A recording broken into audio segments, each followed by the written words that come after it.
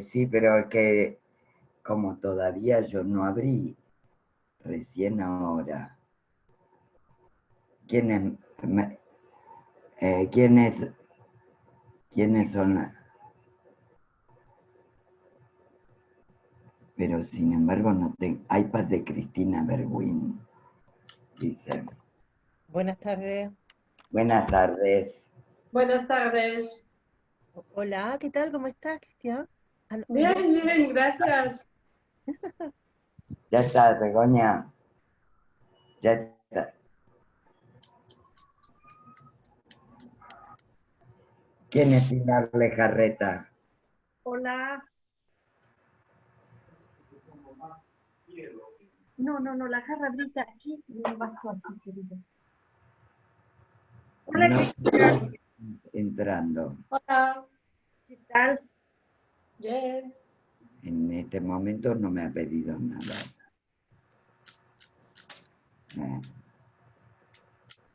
A ver, aquí, ¿quién eres tú que no conozco? A ver.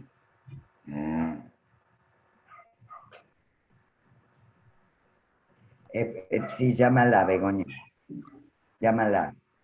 A ver. Ok, venga. ¿Alguna es Pilar Lejarreta? Chicas. No sé quién es Pilar Lejarreta, Graciela. A ver, esta señora de pelo corto no sé quién es. Porque me llama Begoña, Sí. diciéndome que Pilar Lejarreta está tratando de entrar. Y que ha pagado, debe ser esta chica de pelo corto. Sí, Pilar Lejarreta. Graciela, para tu información, para que sepas, al día de hoy somos 16. Vale, Ana Eugenia ya está como coanfitrión. Bueno. Así que tu trabajo dejar entrar a Ana Eugenia. Bueno, Ana, ¿qué tal? Mira, somos hasta ahora 16. Ahora, las oigo. Hoy no va a estar Kitty Payanen. Sí. Kitty Payanen, ¿me escuchas, Ana? Sí, te oigo. Y Melissa tampoco va a estar. Pero necesitas los nombres de todas nosotras. Sí. Vale. Bueno, eso Yo tengo acá la lista. Sí, hola a todas. Ya no me vale. Hola, Marité, ¿qué tal? ¿Cómo Hola, estás? Marité. La manda por WhatsApp Nos falta Sol. ¿Dónde está Sol? Hola. Ahí está Tita Mesa. Hola, Tita. Hola, ¿cómo están? Vale, Bien, perfecto. Tita. Gusto verlos. Espérate, a ver. Listo. Ve girando, a ver. Tú. Unirse con vídeo, dale unirse con vídeo. Y ahora unirse. Espera. Vale, ahí está. Ahora veo a... Ya nos ves. Ahora, ingresar con el audio por internet. Algo así, a ver si me veo mejor. ¿Dónde Sí. silenciar, participantes, compartir? Ahí estás, Begoña, ahí estás. Hoy. Estás, Aquí. Begoña, estás. Te veo. Que no te conocía. Hola, Sol. Pilar. Hola, Sol, ¿qué tal? ¿Cómo estás? Mira, la que está al lado de Cristina, Graciela. La que está al lado de Cristina es Pilar, mi amiga. Ana. Sí. Hola, Pilar, ¿qué Gracias. tal? Un gusto recibirte. Ana, tenemos aquí ya a la profesora, a Sol. Sí, a Sol, sí. ¿Qué tal? La estoy viendo, la he saludado. Gracias, Cristina. Muy bien. Esperamos, son 6:30, esperamos porque faltan bastante todavía. Esperamos 5. Cristina, ¿Sí? Pilar, levanta la mano para que te conozcan. Sí, Pilar, sí. esta Hola. que levanta la mano es una amiga mía de Algorta, se llama Pilar Lejarreta y ahora está en Marbella y se ha unido. Muy pues bien. encantada, Pilar. Qué bien que te hayas unido. Bienvenida.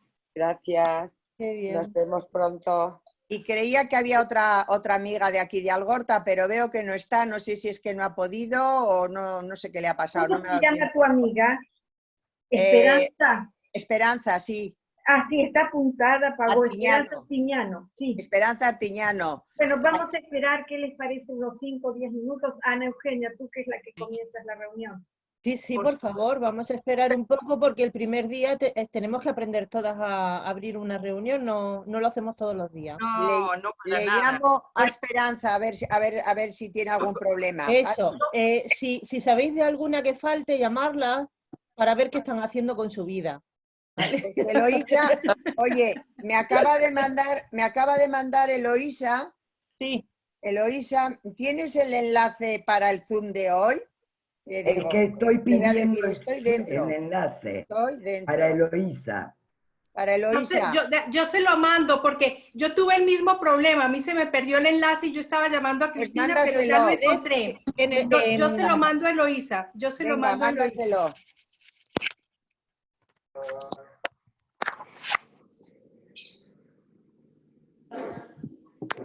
Ya le he dicho que se lo mandáis. Bueno. Voy a llamarle a Esperanza Artiñano a ver si le queda, a ver si tiene algún problema. Es que todas aprendimos casi el Zoom con la pandemia.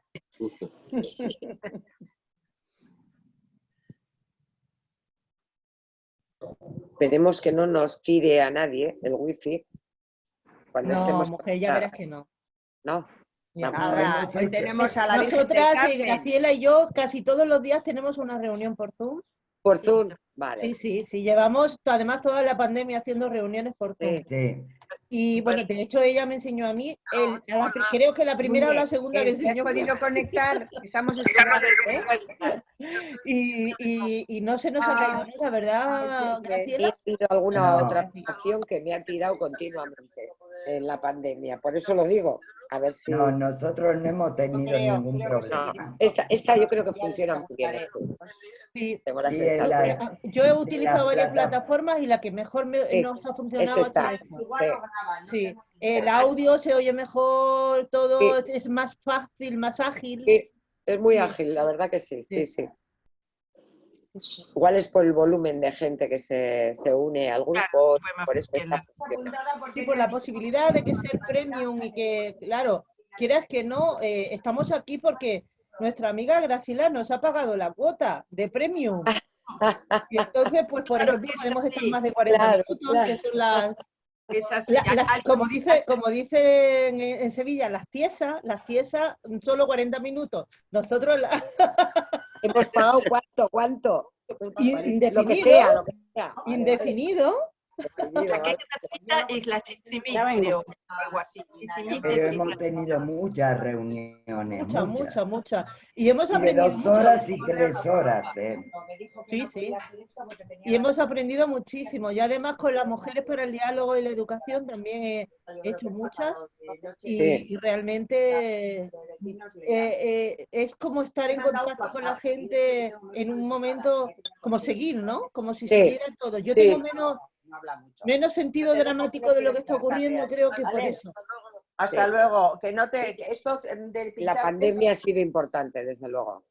Esto tiene un problema. Esta amiga mía va al oculista, que le tienen que pinchar o no sé qué y no viene a la reunión. Le ha subido la A ver si la vais a presión del grabar ojo, y ¿no? la puede ver en otro momento. ¿Esto se graba o no? Sí, vamos a grabarlo, ¿no? Si Dios quiere, ¿no, Graciela? Intentamos. Porque es que ayer no se grabó y tenemos un disgusto que no veas. Horrible. Que siempre se ha grabado y ayer, que era necesario grabarlo más que nunca, no se grabó. Ayer fue la del Museo del Grabado, que yo no estuve, sí, ¿no? sí. Fue excelente, excelente. Ya me imagino. Bueno, muy bien. Además fue súper generoso Germán, estuvo ahí atendiendo nuestras preguntas hasta más de las 9 de la noche, ¿no? Yo es que no doy abasto. Eloísa, te mandé las credenciales por email y por WhatsApp. No sé qué es más fácil. Dile, a ver, que cuando se te pierde una credencial se pone en recibidos arriba en el buscador, pones la persona, el nombre de la persona y ya te aparecen todos los correos que te han mandado. Yo, por ejemplo, tampoco lo tenía localizado. A Marité, a Eloísa yo se la mandé como a todas. Se lo ha mandado Cristina, porque yo lo he buscado como Cristina, he puesto arriba Cristina y ya me ha aparecido todos los correos de Cristina entre ellos. Espera, que tengo aquí a Eloisa. Ya está. Okay. Y falta Garbiñe. ¿Quién está pintando otra vez hoy? Entonces no va a venir hoy.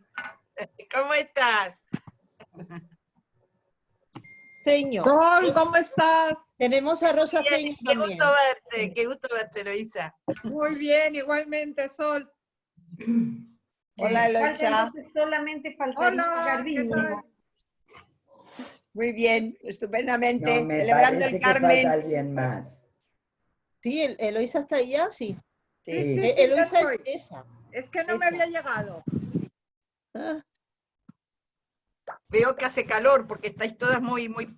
Mucho Estamos calor. todas fresquitas, sí. hace Ana, mucho calor, mucho calor. De los días de más calor que han hecho Yo hasta estoy en ahora. la terraza. Ok. Y yo también estoy en la terraza. Bien, pero le digo que las envidio porque acá Qué está fresco. bueno. Y seguimos encerrados, todavía encerrados. ¿Empezamos? espera un Cristina, segundito que estoy llamando a Garbiñe, no sé qué. ¿cuántos somos en total? A ver, creo que alguien me está mandando un mensaje.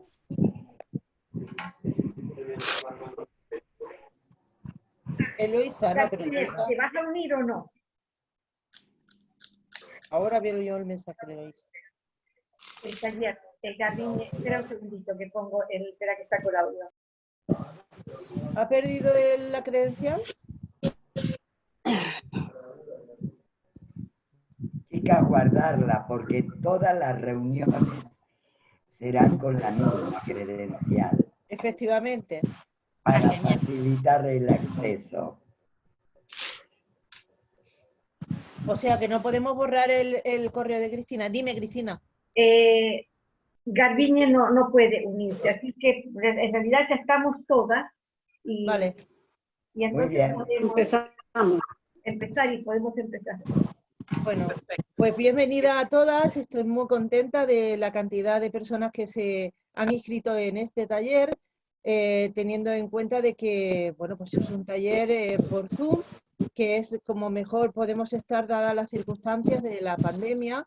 Y bueno, también es muy importante que todas nos vayamos subiendo a las nuevas tecnologías, porque es una herramienta magnífica a la que le vamos a sacar muchísimo partido. Bueno, yo soy Ana Eugenia Venegas, soy la presidenta de la Asociación de Mujeres Universitarias de Marbella, que sabéis que es una organización no gubernamental, está catalogada como de utilidad pública, tras pasar unos grandes, muy rigurosos controles de utilidad y de transparencia. Hoy en día es muy difícil conseguir esta catalogación. Pertenecemos a la Asociación de Mujeres Universitarias Europea, bueno, a la española, a la europea, a la internacional, y estamos en las Naciones Unidas con voz. Desde hace 10 años estamos en Marbella y pues, desde que llegamos nos impusimos unos objetivos, y estos objetivos son de ayudar a que nuestra sociedad sea más justa y que se pierdan los menores talentos posibles, por ser mujer, por supuesto, y bueno, por eso nosotros intentamos hacer muchas actividades, hacemos actividades como talleres, conferencias, seminarios, cineforums, tertulias. Toda nuestra idea, la mayoría de ellas es para todo tipo de público, hombres, mujeres, niños pequeños, universitarios o no, en ese afán de educación permanente. Y luego en nuestro objetivo también lo cumplimos con un programa que tenemos de becas, con el cual hay ya casi 40 niñas becadas en la universidad, pues gracias a MUM. La idea es que exactamente esa, que se pierda el menos talento posible, tanto por no tener medios económicos como porque nos encontremos un hueco en esta sociedad, ¿no? Estamos hoy encantadas de estar aquí y bueno, le vamos a pasar la palabra a Cristina Malena, que es la persona responsable de la comisión de seminarios y talleres, que es la que ha hecho toda la programación, que además va a presentar a la profesora. Muchas gracias, Cristina. Gracias, Ana. Bueno, para mí es un gran placer presentar a María Soledad Turini, que es dueña de un excelente currículum que les voy a contar un poquito. Sol ha estudiado en la Universidad de El Salvador Letras en Buenos Aires, en la Argentina, e hizo un doctorado en Filosofía y Letras en la Universidad Complutense de Madrid. Además, gestora cultural del Fondo Nacional de las Artes en Argentina. Sol egresó del Instituto de Servicio Exterior de la Nación de la República Argentina en el año 1982 e inició así su carrera diplomática. Es una carrera diplomática muy destacada, ella desempeñó diversos cargos en diferentes países, en áreas principalmente culturales. Destinos ha tenido Paraguay, Bulgaria, Indonesia, Brasil, España, Chile. Ha alcanzado el grado de ministro plenipotenciario de primera clase. María Soledad dictó numerosos cursos, talleres y conferencias sobre temas variados, historias y tipos de marionetas, el significado de las máscaras en las distintas culturas, religiones comparadas y la presencia femenina en las religiones. Su tesis doctoral de la Universidad Complutense versó sobre el teatro argentino contemporáneo, y su tesis como ministro plenipotenciario sobre la importancia de la difusión del español en la política cultural exterior argentina. Pero no es todo esto. Él tiene además 2 libros publicados de poemas junto a su padre. Otro libro de poemas, Mis sombras, aparecido en Madrid. Es autora de una novela corta, un libro de cuentos para niños bilingüe español-búlgaro, un libro de narraciones, ensayos y numerosos artículos sobre diferentes temas. Es sin duda un currículum estupendo, y Sol nos va a deleitar ahora y nos va a ilustrar sobre todo sobre la presencia femenina en las grandes religiones. Así que todo el público.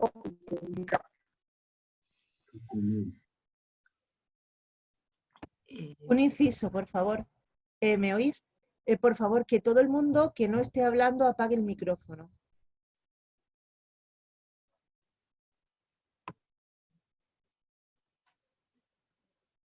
¿Cómo se hará eso?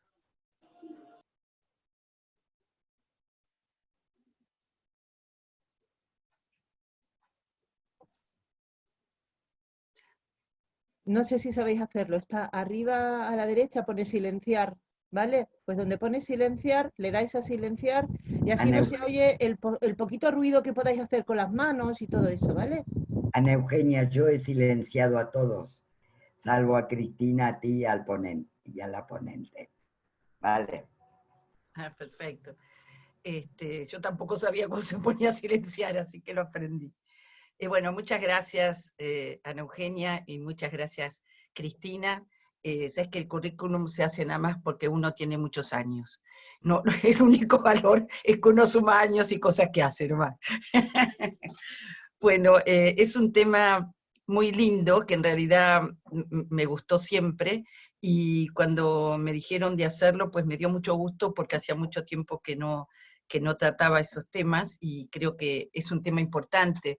Es un tema tan importante y tan amplio, que en realidad hace un poco a la cultura, a toda la cultura universal y de todos los tiempos. Y con esto, a través de la religión, a través evidentemente de la posición de la mujer o la figura femenina en las religiones, evidentemente también podemos ver lo que fue la figura de la mujer o la presencia de la mujer en las distintas culturas. No pretendo abarcar todo, ni mucho menos, así que habrá muchísimas cosas que no sé, porque para eso tendría que manejar todas las culturas del mundo, y bueno, ni una vida ni 2 nos alcanzarían. Pero evidentemente lo que no podemos negar es la gran función social que tuvo la religión en el hombre, en el ser humano. Y por lo que decíamos, son tan variadas las religiones, tantas y tan variadas, que más pediría una descripción que una definición. pero vamos a tratar justamente de verla a través un poco de la historia. ¿Por qué puse esta primer parte que hace un poco a la función integradora de la religión y lo que es la religión como una pequeña introducción? Y puse algunas de las grandes culturas antiguas. Lo puse porque creo que hacen también a las grandes religiones monoteístas que vamos a tratar después. Para no empezar de lleno con el judaísmo, con el cristianismo, con el budismo mismo, que si bien no es una religión propiamente dicha, pero bueno, dada su gran difusión y la importancia que tiene en muchísimos aspectos, y mucha relación con las demás, y el islamismo, tenemos que entender también de dónde surgen, de dónde surge el espíritu religioso del hombre. Y les tengo que decir que es una función universal del hombre. Tan universal es que la integración, el comportamiento religioso lo vemos desde el hombre de Neandertal, ¿no? De los primeros, digamos, humanos que viven en Europa, y por supuesto en el de Cromañón. Pero ya encontramos comportamientos religiosos entonces desde los orígenes de la humanidad. Porque el hombre, en la medida que pudo tener conciencia, en la medida que pudo tener pensamiento abstracto y pudo crear símbolos, que eso está vinculado específicamente al hombre, que es el único ser, el único animal que puede realizar eso, o sea, tener pensamiento abstracto y crear símbolos. Y eso es lo que lo diferencia del resto de los animales. Lo demás no tanto. Pero entonces esa universalidad, ese tratar del hombre con su conciencia, de sumergirse en el porqué de su destino, en el porqué del hombre, en el porqué de la humanidad, en el sentido de sí mismo, todo eso lo lleva justamente a volcarse hacia interpretar a través de la religión todos esos grandes interrogantes. La religión, evidentemente, a lo largo de la historia unió, pero también separó a los pueblos, con guerras tremendas, con enfrentamientos muy, muy grandes, y también tenemos que ver que la religión sobresalió y tuvo muchísimos adoradores, y tuvo muchísima, digamos, importancia, tanto en épocas de gran exuberancia, y eso se ve en las artes, pero también en épocas de muchísima austeridad. El hombre siempre necesitó explicarse el porqué. El porqué. Esa es una pregunta entonces que se hace solamente el hombre. ¿Y qué hizo? Creó símbolos. Con los símbolos trató de interpretar lo que no podía interpretar en la naturaleza, porque él aprendió a integrarse en la naturaleza, en su grupo social, en lo que le tocaba de medio ambiente. Trató digamos, de adaptarse, pero había algo que lo trascendía. Él entendía que había cosas que trascendían la explicación lógica, pragmática que podía dar, y entonces eso es lo que le permite la religión. Y la esencia de la religión básicamente va a estar en lo sagrado. Lo sagrado lo vamos a oponer, lo santo y lo sagrado, a lo secular, a lo ordinario y a lo profano, que es lo que justamente se opone a lo sagrado. Y esa es la esencia, lo sagrado es la esencia misma de la religión. Y lo sagrado se rodea de símbolos. Los símbolos de las cosas, o el carácter sagrado que le damos, que el ser humano le da a las cosas, se debe no tanto a las cosas en sí mismas, porque evidentemente las cosas pueden no significar nada, pero lo tienen en valor a la actitud del creyente, del adorador. O sea, algo se convierte en sagrado por la actitud mental y emocional de los adoradores. Y para que se conviertan digamos, un verdadero sistema de fe, se necesita que esos símbolos, de alguna manera, se traduzcan en rituales y se traduzcan en ceremonias. Esa, digamos, es la práctica religiosa. Entonces, por un lado tenemos el credo, las creencias, y por otro lado la práctica, el ceremonial, el ritual, que es muy importante siempre en la religión, porque permite que justamente por la repetición y la reiteración regular de estos ceremoniales se entronice como sistema de fe, y que esos símbolos adquieran importancia emocional, que al repetirse y al verse provoquen esa emoción en el adorador. Entonces vemos que el símbolo es fundamental, la conciencia de lo sagrado. Hay objetos dentro de estos sagrados que son tangibles y otros son intangibles. Cuando hablamos de objetos tangibles, es muy fácil saber, por ejemplo, la cruz en el cristianismo, la piedra negra de Kabá para los musulmanes, el arca de la alianza para los judíos, o los tótems y divinidades para los pueblos primitivos o antiguos, y otros tantos, ¿no? Estamos poniendo como ejemplos. Y después están los objetos intangibles, sagrados, que son los dioses, las cosmogonías enteras, los tótems, los tótems son tangibles, los fantasmas, los espíritus, los ángeles, esos son seres intangibles, pero todos tienen el carácter de sagrado, y como decíamos, todo lo sagrado es tal porque el hombre tiene esa actitud frente a él. Entonces eso le sirve al hombre como para poder justamente interpretar lo que no entiende, lo inexplicable. También dar una explicación a los opuestos de bien y mal, amor, odio, Dios, demonios, y de alguna manera para tratar de entenderse a sí mismo. Ahora, esta función integradora nos lleva a considerar 3 tipos de sociedades.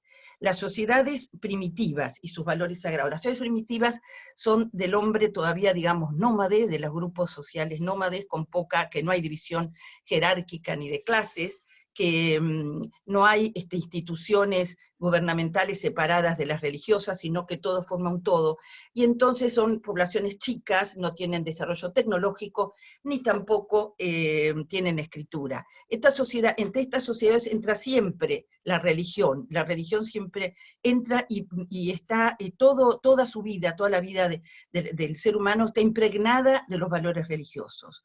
En las sociedades preindustriales y en proceso de cambio, en cambio encontramos ya encontramos jerarquización, ya aparecen las instituciones enfrentadas un poco a la religión, aunque las instituciones gubernamentales, etcétera, no están todavía del todo desacralizadas. Ya aparece la escritura, aparece cierta industria, sobre todo la industria manual, ¿no? la artesanía, y ya existe la economía, una suerte de comercio, etcétera.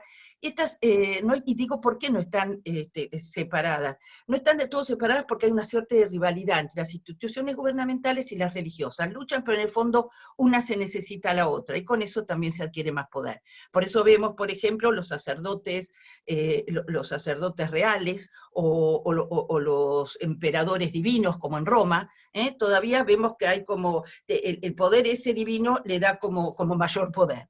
Y por último tenemos, por supuesto, las sociedades industriales seculares. En esto son sumamente dinámicas, digamos, somos las que vivimos todavía, por supuesto, y seguiremos viviendo, que son las que están desarrolladas técnica y tecnológicamente mucho, y aparecen los valores seculares como muy importantes. El hombre se siente mucho más desarraigado y mucho más solo, porque el valor integrador de la religión ya no existe con la fuerza de antes, ya digamos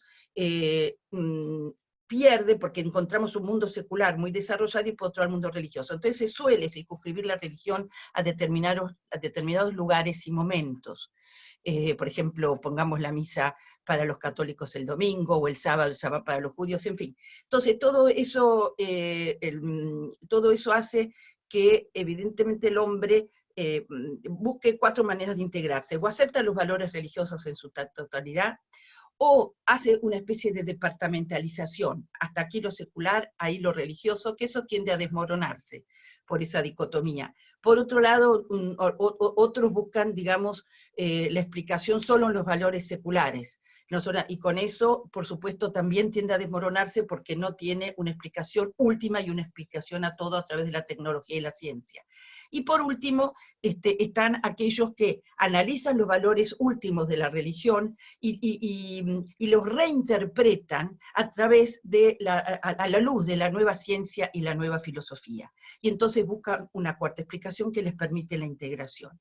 Pero lo que es cierto es que el hombre se siente muy solo, muy desamparado, ante una gran incertidumbre. Aparecen esos temas seculares que perturban, que se oponen, digamos, a lo sagrado, como puede ser los nacionalismos, el dinero, el estatus, los temas económicos, laborales, etc. Y después el gran miedo que tiene el hombre, por ejemplo, con las guerras y demás, y con la destrucción. El hombre se encuentra que en el fondo muchísimas cosas no están explicadas, y mucho menos a través de la ciencia, y ahora lo estamos viviendo, por los valores seculares, porque la ciencia da muchas explicaciones, pero no da la explicación del fin último, ni del destino del hombre. Ahora que con COVID-19 podemos decir que no solo es la destrucción masiva por la bomba atómica, sino que también puede ser por un virus que viene y nos destruye a todos. Entonces el hombre se siente con más miedos, con más desarraigo, con más soledad, porque en el fondo sabemos que todas las tensiones del mundo contemporáneo económicas, sociales, etcétera, hacen que el hombre se encuentre mucho más solo y mucho más perdido que en las sociedades anteriores. Nosotros vivimos, claro, una realidad mucho más dura que lo que pudo haber vivido en ese sentido un hombre en la edad de piedra, porque como fuere, él sí tenía una explicación a qué pasaba con todo. Nosotros no la tenemos, ni nos la da la ciencia, y entonces por eso hay mucha gente que se vuelca en los nuevos cultos mágicos, religiosos, o nuevas sectas, en fin, acude a la magia, buscando una explicación esa que no le puede dar la ciencia, ni le puede dar los gobernantes, ni le puede dar el mundo puramente científico ni tecnológico, que es el sentido del destino humano, el sentido de sí mismo, el sentido de la muerte y tal. Entonces, bueno, yo les quería hacer esta pequeñita introducción para llegar a que nos sirve para todo en realidad, y ahora sí introducirles la figura femenina en las religiones, y para eso yo les puse como ejemplo las estatuillas atopigias. ¿Por qué? Porque me pareció como muy simbólico, como muy característico de lo que fueron los primeros humanos, ¿no?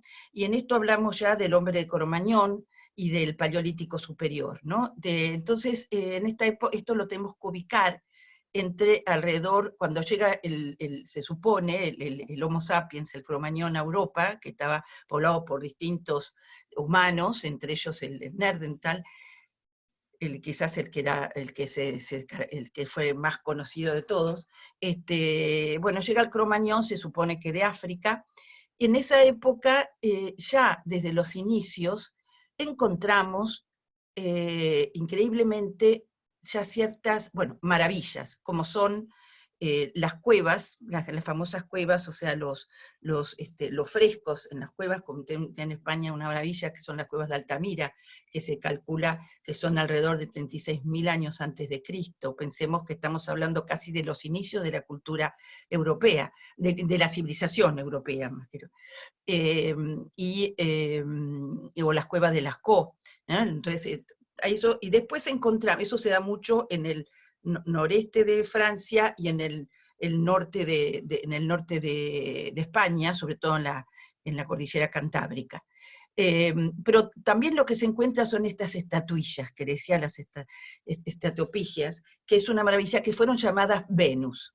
Ellas, ustedes la han visto, además lo vieron en la difusión. Yo había pensado primero hasta ponerles imágenes, después no sabía cómo manejar todo eso y no me animé, y les iba a preguntar, pero ustedes ya las conocen y las imaginan. Las estatopigias son esas figuritas que tienen entre 10 y 20 centímetros, que nos muestran a unas mujeres que a veces tienen la cara delineada, otras veces no, de grandes senos y de grandes caderas, y con la vagina bien también pronunciada y marcada. Esto hizo pensar, y hay más de 200 encontradas, no solo en la zona que mencionábamos, sino también por distintas partes de Europa, incluso en República Checa se encontró la primera hecha en arcilla, y también hasta llegar hasta Rusia incluso, o sea que se encontraron por muchas regiones. Estas entonces se pensaron los especialistas sobre todo que representaban como a la diosa madre, la diosa tierra, perdón, a la diosa tierra, o sea, la diosa de la fecundidad, la diosa de la fertilidad, la fertilidad de los campos, la fertilidad de todo, que era lo que le daba de comer al hombre. La fecundidad, la natalidad era sumamente importante en esas épocas en que no había antibióticos ni remedios, y que el hecho de que nacieran muchos niños aseguraba de una manera la supervivencia de la especie y aseguraba también el poder luchar contra las tribus vecinas. Entonces, estas estatuillas que son preciosas en realidad, con todas, parecen como muy modernas hoy en día, ¿no? Evidentemente nos marcan el tema de la fertilidad y la fecundidad como principales, la maternidad. Entonces, estas diosas tierra, estas madres tierra, que la encontramos en todas las culturas, entre paréntesis en la americana, con la Pachamama, bueno, en todas las culturas, pero bueno, estas europeas con estas características y tan antiguas, realmente llaman la atención. Y tenemos, yo voy a mencionar una, porque se encontraron en Italia, en Francia, pero voy a considerar una que se encontró en Alemania, a ver qué, para decir que no equivocarme el nombre, es la de Willendorf. Esta se encontró en Alemania, en noreste de Alemania, perdón, el sudoeste de Alemania, se calcula que tiene entre 36.000 y 40.000 años antes de Cristo. O sea que estamos hablando de apenas llegado el hombre de Cromañón, el Homo sapiens, a Europa. O sea que realmente es impresionante el tiempo de estas estatuillas y el significado. Hay muchas más de 200 encontradas, muchas más. Cuando del hombre solo encontramos en la misma cueva, digamos, los órganos masculinos representados en la cueva, esculpidos, que son, ahí está, esa, perfecto, es perfecto, ahí las vemos bien, ven a una de las Venus famosas, ven que tiene los pechos muy alto, muy tal, y después tiene también las caderas anchas, muchas, y marcada bien la vagina, a veces como monstruosas también, un poquito, sí. Entonces, evidentemente está vinculado a eso. Se hicieron muchas teorías distintas, porque todavía en África hay algunas culturas que tienen las mujeres unas caderas inmensas, etc. Bueno, es una historia así, pero evidentemente acá encontramos la representación de algo, porque también está esculpido en piedra y demás. El hombre recién en 28.000 a.C. encontramos la primera expresión, digamos, de la sexualidad masculina en esta misma cueva. Veamos qué diferencia también de miles de años, pero aparte que las hay muy pocas, y casi todas son femeninas, prácticamente todas. Lo que nos muestra la gran importancia que tenía la mujer entonces. Eso llevó a pensar, y viendo también el desarrollo de estos primeros grupos de humanos, llevó a pensar que la mujer tenía una suerte de equidad, una suerte y que tenía mucha importancia, y que las dioses eran femeninas. Estaban los dioses, por supuesto, la naturaleza siempre formaba parte, pero siempre casi todo estaba vinculado a la fertilidad y fecundidad. Y todavía más de la naturaleza en sí que de los campos en sí mismos. ¿Por qué? Porque todavía no eran agricultores, eran recolectores, eran nómades. Ellos iban donde había alimento. Las mujeres recolectaban los vegetales comestibles y los vertebrados pequeños, invertebrados o vertebrados pequeños. Y después los hombres iban de caza, pero más que de caza, que algo cazaban, eran carroñeros. Donde encontraban animales muertos se los llevaban para la tribu, para el grupo, y comían de eso. Recién con el tiempo el hombre va desarrollando el cazar animales mayores, cuando también mejora sus utensilios de caza, ¿no? En la prehistoria. Entonces, con esos utensilios es capaz de, y lo digo esto, digamos, como un paréntesis para decirles que por qué después se da un poco ese cambio, porque el hombre, hasta ese momento, la mujer que se quedaba mucho en casa, pues ellos hacían grandes viajes, caminaban mucho para encontrar todas estas cosas. La mujer es la que organizaba, la que criaba a los hijos, la que los tenía, pero también organizaba todo socialmente, o sea que tenía, casi podríamos decir, había una igualdad, pero en lo que hacía al hogar, digamos, llamémoslo hogar, a la casa con S, perdón, porque de pronto yo la Z no la pronuncio, pero bueno, esto es la casa con S. En la casa, la mujer tenía autoridad total, y los hombres más viejos, y los pocos que habría, pues ayudaban también de acuerdo a lo que indicaban las mujeres. Todo era común, tampoco existía la monogamia, todo era de la comunidad. Recién cuando el hombre se asienta y empieza la agricultura, es cuando empieza a perder, digamos, un poco de primacía la mujer. Hasta ese momento podemos decir que en las culturas había cierta primacía de organización en las mujeres. Y las mujeres eran adoradas también por sus características, por el tema de la fecundidad y fertilidad, y eran tal, a veces hasta en forma de árbol, en forma de campos, de bosques, de montañas, pero siempre relacionado con esto de la fertilidad. Entonces podemos decir que las primeras diosas, de alguna manera, fueron femeninas. Y que esto se traducía también en un sistema social, que era equitativo, pero que era, de alguna manera, daría una primacía femenina en estas organizaciones por el hecho de estar más en el sitio. ¿Qué pasa? Con el tiempo el hombre se asienta y se convierte en agricultor.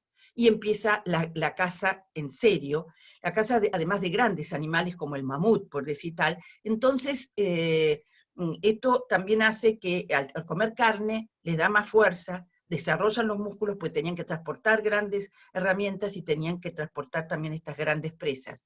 Entonces eso le da fuerza muscular, desarrollo mental, y ya quiere participar en la caza y tener la autoridad de la mujer. Pero la violencia y la fuerza que adquiere no solo se adquiere afuera o se usa afuera, sino que también se empieza a usar en las casas, digamos en la tribu. Lo que hace que empiece, y la mujer al estar asentada puede tener más hijos, porque la época nómade no le permitía tener tantos hijos para criar y tener embarazos y demás, y tampoco le permite ir a casar. Entonces el tema está dado, digamos, por el tener mayor población, que era totalmente necesaria, crecían la sociedad, crecían los pueblos, se desarrollaban a medida que tenían más población, y además eso le permitía oponerse a los rivales.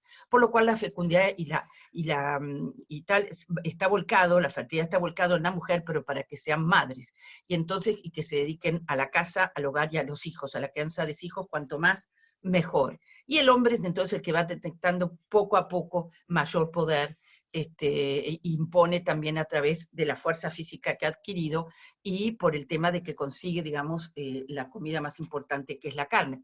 Pero por supuesto la agricultura sigue teniendo valor y en eso participan ambos, sobre todo, bueno, la mujer, pero ambos.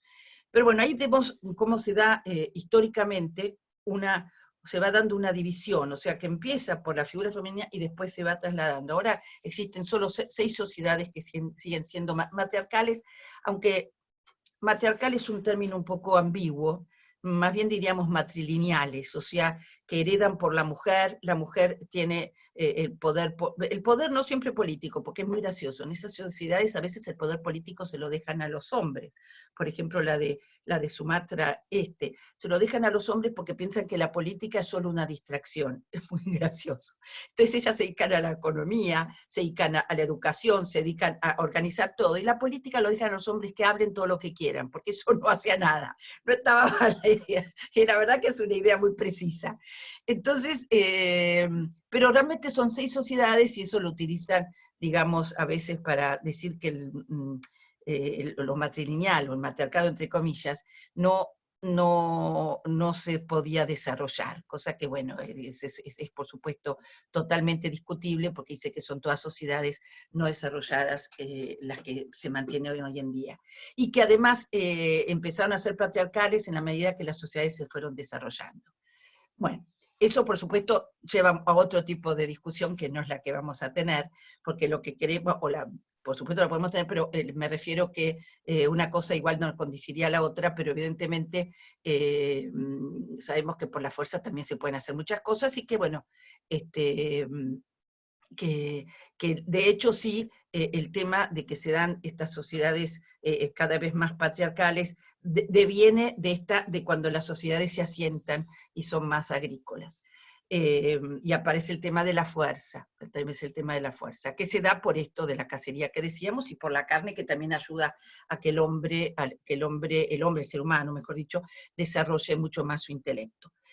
Ahora, lo que sí es importante considerar es que la diosa madre como tal siguió existiendo en casi todas las culturas. En casi todas las culturas, la diosa madre. Y piensen que la diosa madre la vamos a ver en todo. No es la diosa madre, la Virgen María, pero es la madre de Dios, de Jesucristo. Bueno, pero la diosa madre la encontramos como que la tenemos que identificar con la madre tierra y con la fecundidad y con la fertilidad. Y se va a dar por supuesto en Creta, que ahora vamos a ver el caso de Creta, de Egipto, de Grecia, de Roma, y está dado por muchas diosas, y muchas tienen características de madre tierra. Afrodita misma, que será Venus para los griegos y Venus para los romanos. Tenemos a Gea, que es la tierra, geología viene de ahí, y que en Roma se transforma en Ops, en Deméter, que era la de la agricultura, que era de origen de Anatolia, de Éfeso. Bueno, todos estos dioses, todas estas diosas, son diosas madre, o sea, la diosa madre es la madre tierra, o sea, en todas las culturas encontramos que de las diosas más importantes se mantienen en los panteones, es la diosa madre, la diosa que da origen a la vida, la diosa de la fecundidad y de la fertilidad de los campos, de los bosques, de los ganados, de todo. Entonces eso no debemos olvidarlo, porque forma parte de todas las culturas antiguas y bastante en la que no creamos también en parte en las monoteístas. Entonces hay un caso muy especial, que es la primera civilización que existió en el Mediterráneo, la primera civilización europea propiamente dicha, ya de la edad de cobre y la edad de bronce, que es la civilización minoica. La civilización, yo todo lo voy a hacer, por supuesto hoy es mucho el tema, yo no voy a desarrollar cada civilización en sí, voy a dar ciertas pautas que hacen a lo que hablamos, porque si no sería tremendo, pero sí me parece que es una base importante para entender todo lo que viene después.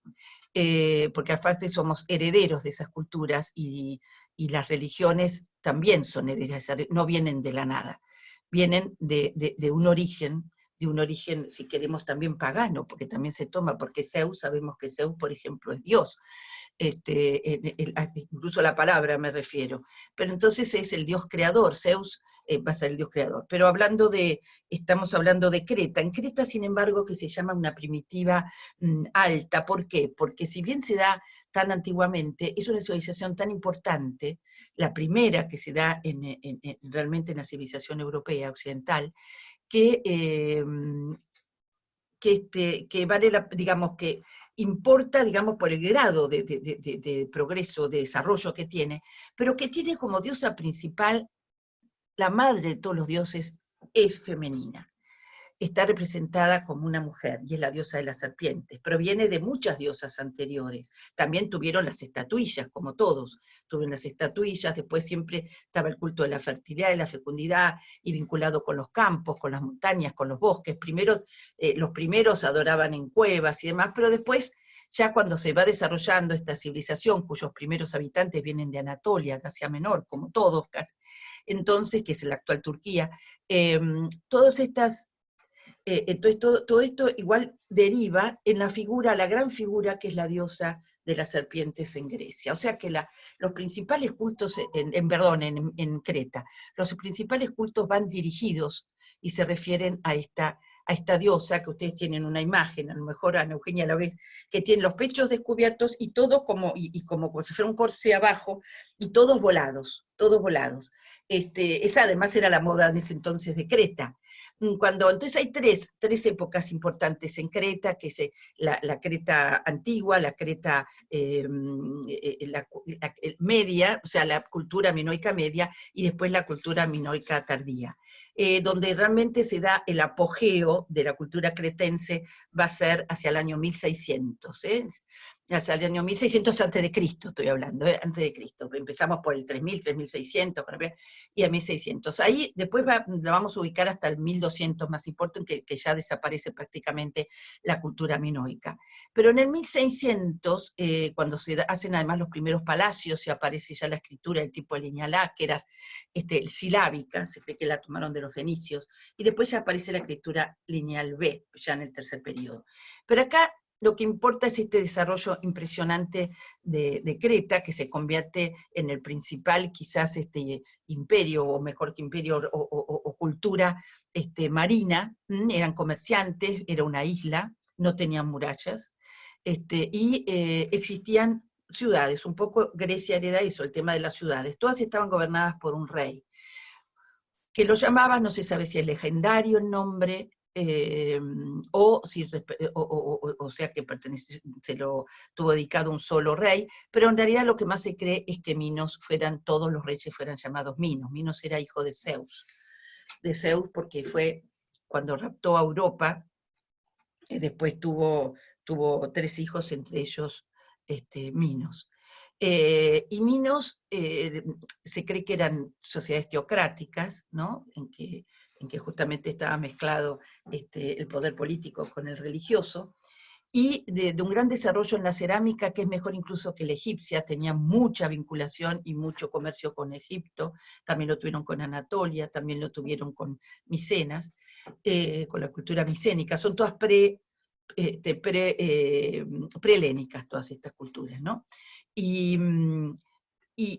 bueno, Minos, o la mejor dicho, la secesión minoica, desarrolló mucho todo lo marítimo, no el comercio marítimo, la cerámica y la agricultura y la ganadería.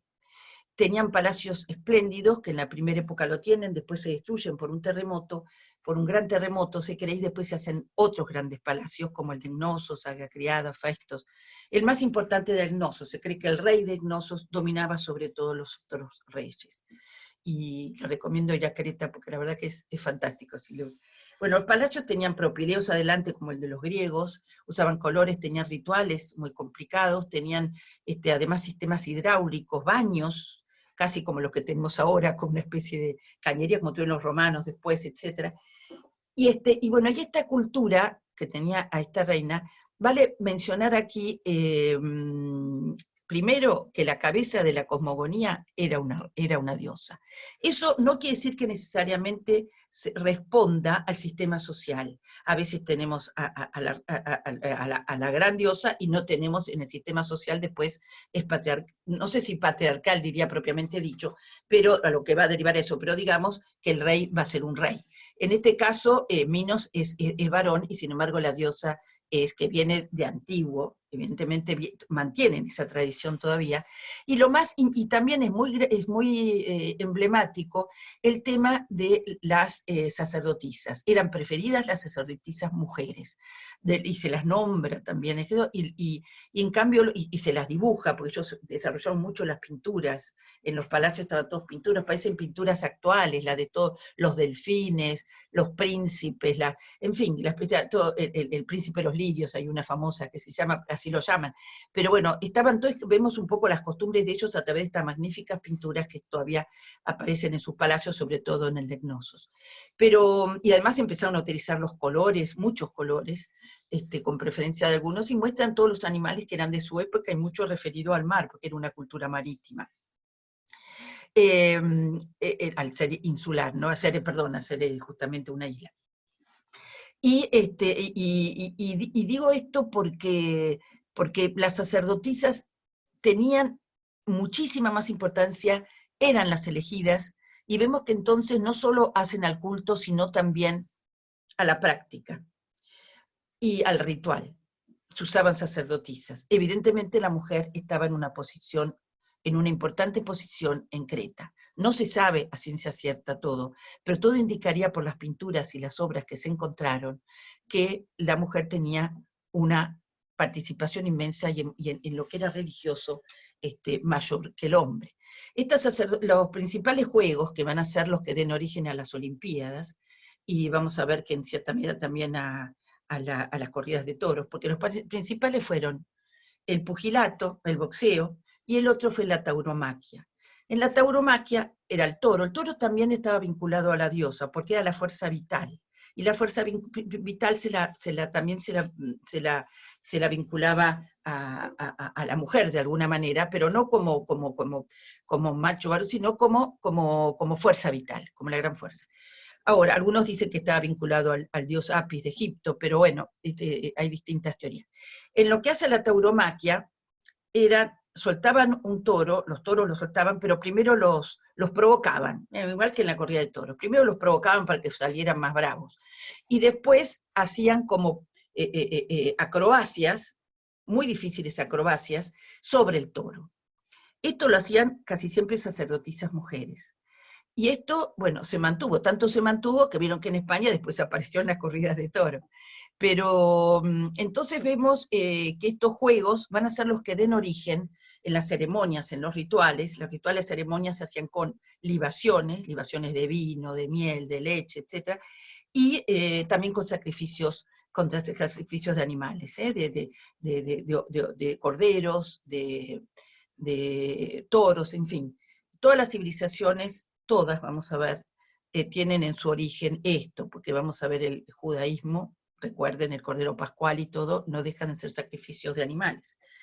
Y probablemente todas tienen origen también en sacrificios humanos, que después derivan a sacrificio con el desarrollo de la civilización, derivan en sacrificios de animales. Y después en flores, frutos, todo lo que da la tierra, que eso se traduce más en libaciones. Y en otro tipo de ofrendas. Y bueno, y acá sí, bueno, recordemos un poquitito, acuérdense la idea, lo del Minotauro, que todos conocen el mito del Minotauro, mitad toro, mitad hombre, que supuestamente Minos, que tenía 2 hermanos, y cuando muere el padre, le dice a los otros que él es el elegido, entonces llama a Poseidón, y le dice que quiere sacrificar en su nombre un toro. Poseidón hace salir del mar un toro precioso, impresionante. Tan lindo es que Minos no quiere sacrificarlo, lo quiere mantener vivo. Poseidón se enoja, y el castigo es que Parsifal, que es la esposa de Minos, se enamore del toro.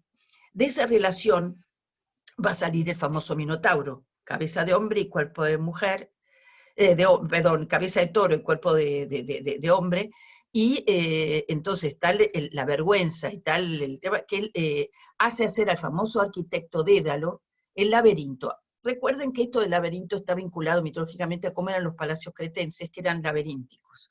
Tenían muchísimos pasillos y entradas y desniveles, etc. O sea que lo del laberinto, por supuesto, puede ser simbólico. Entonces el toro sale, bueno, como saben, el toro es matado por el famoso héroe Teseo, porque todos los años tenían que sacrificarle 14 jóvenes, 7 mujeres y 7 varones atenienses, y bueno, y Teseo es el hijo de Geos, el que logra romper esta tradición, y con ayuda de Ariadna puede salir del laberinto y matando antes al Minotauro. Bueno, entonces vemos, por supuesto que estamos en una cultura muy antigua, en que quisiéramos saber más, incluso las escrituras se han entendido hasta un punto, tanto la jeroglífica como la silábica, que tiene unos 90 y tantos caracteres, ya es un adelanto impresionante. La silábica precede a la fonética, como las nuestras, o sea que en vez de, son más caracteres porque son todas pongámosle las vocales unidas con las distintas consonantes, o sea, en vez de ser fonética puramente, tiene que dar todas las posibilidades de las consonantes que utilizan junto con las distintas vocales, lo que da 90 y tantos caracteres. Pero bueno, estamos a un paso de la fonética, que es el desarrollo, digamos, máximo de la lengua, de la escritura más que de la lengua. Bueno, y bueno, muy vinculada a la cretencia aparece la cultura egipcia. La cultura egipcia, aquí vamos a encontrar ya, sin embargo, que además comerció muchísimo con Creta, pues se desarrollan en épocas muy parejas, y además estaban relativamente cerca también, y entonces intercambiaban los productos que tenía cada una. Egipto es muy interesante porque, bueno, fue una cultura fantástica, y en Egipto sí ya encontramos digamos, al Dios supremo, al Dios principal, pero encontramos a dioses que tiene distintos nombres, Amón, Horus, en fin, distintos nombres, pero encontramos diosas importantísimas. La más importante de todas es Isis. Isis, que todos la conocen. Isis tiene muchas representaciones, simbolismos distintos, pero Isis es la esposa y la hermana de Osiris. Recuerden que los egipcios, los faraones, también se casaban con sus hermanas, para mantener la pureza de la sangre y la legitimidad en la herencia y en el poder. Entonces, Isis, que es la esposa hermana, es la diosa de la tierra. Fíjense que tenemos siempre la tierra madre, del amor y de la agricultura. Isis es esposa de Nut, que es el cielo, y de una gran diosa, que es Neit, que es la sabiduría. Y acá es importante que tengamos en cuenta la importancia que tenían las sacerdotisas. Las sacerdotisas tenían tanta importancia las mujeres como los hombres. Y aparecen nombradas. Incluso sus nombres aparecen como esculpidos. ¿Por qué? Justamente porque cuando se las nombraba, cuando tenían también enterramientos públicos, eso pasa en todas las otras culturas también, se mostraba la importancia que tenían, si no, no tenían ningún registro de ellas. Y la mujer en Egipto tuvo más libertad, más independencia incluso que en Grecia y que en Roma. La mujer disponía de su herencia, la mujer cuando se casaba no perdía su apellido familiar, sino su nombre familiar, sino que lo unía como si... el del marido venía después, como si fuera de tanto. Fíjense qué parecido a nosotros, ¿no? Ellas no perdían su herencia, disponían de su patrimonio y sus hijas podían heredar directamente de ellas. El matrimonio era, digamos, un acuerdo que se hacía más que un acto realmente jurídico, o administrativo, era un acuerdo que se hacía entre los que querían vivir juntos, y existía también el divorcio, por lo cual, ya una vez que existía el divorcio, el patrimonio no iba al esposo tal, sino que se compartía.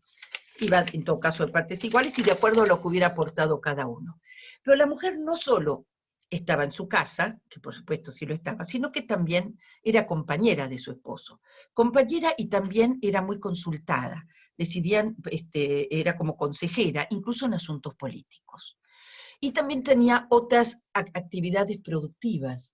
Eran comadronas, hubo médicas, trabajaban en el campo, por supuesto, y intervinieron, eran prestamistas, o sea, intervinieron mucho en la actividad privada y se le dio mucha libertad a la mujer en Egipto. Sí, es cierto que el faraón tenía que ser varón, pero hubo faraonas mujeres, hubo reinas faraones. Las de la época ptolomeica, que son las más tardías, ya en el 300 antes de Jesucristo, acuérdense que también que eran de origen helénico, se acuerdan que Carlomagno, invadió toda esa zona después y Egipto fue también rey de Egipto, faraón de Egipto, rey de Egipto en realidad. Pero estas son de origen helénico, las ptolomeicas tuvieron menos poder, ahí encontramos a Cleopatra, Berenice y varias Berenices, y Cleopatra VII, la que todos conocemos, pero eran diosas que tenían menos poder y estaban más en las intrigas y demás, porque siempre nominalmente tenían que poner como faraón o como rey a un hermano, hasta un hijo pequeño, porque nominalmente tendría que figurar el varón aunque no tuvieran ningún cargo político. Pero por otro lado, fueron reinas que les tocó reinar y no tienen culpa de no haber tenido a lo mejor tanta participación, porque el tema es que ellas las elegían cuando no había heredero varón, o cuando el heredero varón tenía unos títulos un poco dudosos, dependía de qué concubina venía, etcétera, que no tenía matrimonio legal. Pero recordemos que los faraones no podían ser faraones hasta no casarse con una hermana.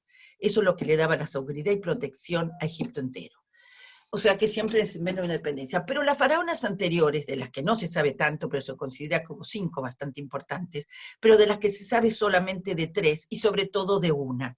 Una, y esta sí vale la pena mencionarla, que fue la reina Hatshepsut,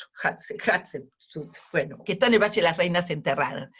Y esta reina, que era esposa de Tutmosis II, hija de Tutmosis I, eran hermanos, ella y el marido, como siempre pasaba, una mujer muy inteligente y muy ambiciosa, quería crear una dinastía de mujeres, pero su hija muere temprano, no tiene varones. Entonces queda como heredero el hijo de una concubina de su esposo, que va a ser el famoso Tutmosis III, que fue un gran faraón, un gran faraón. Ahora, hay que decir que Hatshepsut fue una buena reina, una buena faraona, pero no quería dejar reinar al otro, lo odiaba. Es así que Tutmosis III, porque ella dijo que Amón la había elegido, pero hasta que tuviera la mayoría de edad, pero ella siguió hasta su muerte, y el otro le sacó todo, borró todo, incluso ahí en la tumba se ve cómo borraba su nombre, su imagen, y todo porque la odiaba, cuando murió la odiaba realmente. Ella incluso, pero esto nos muestra cómo el varón era en ese sentido ya importante como cabeza, digamos como faraón, como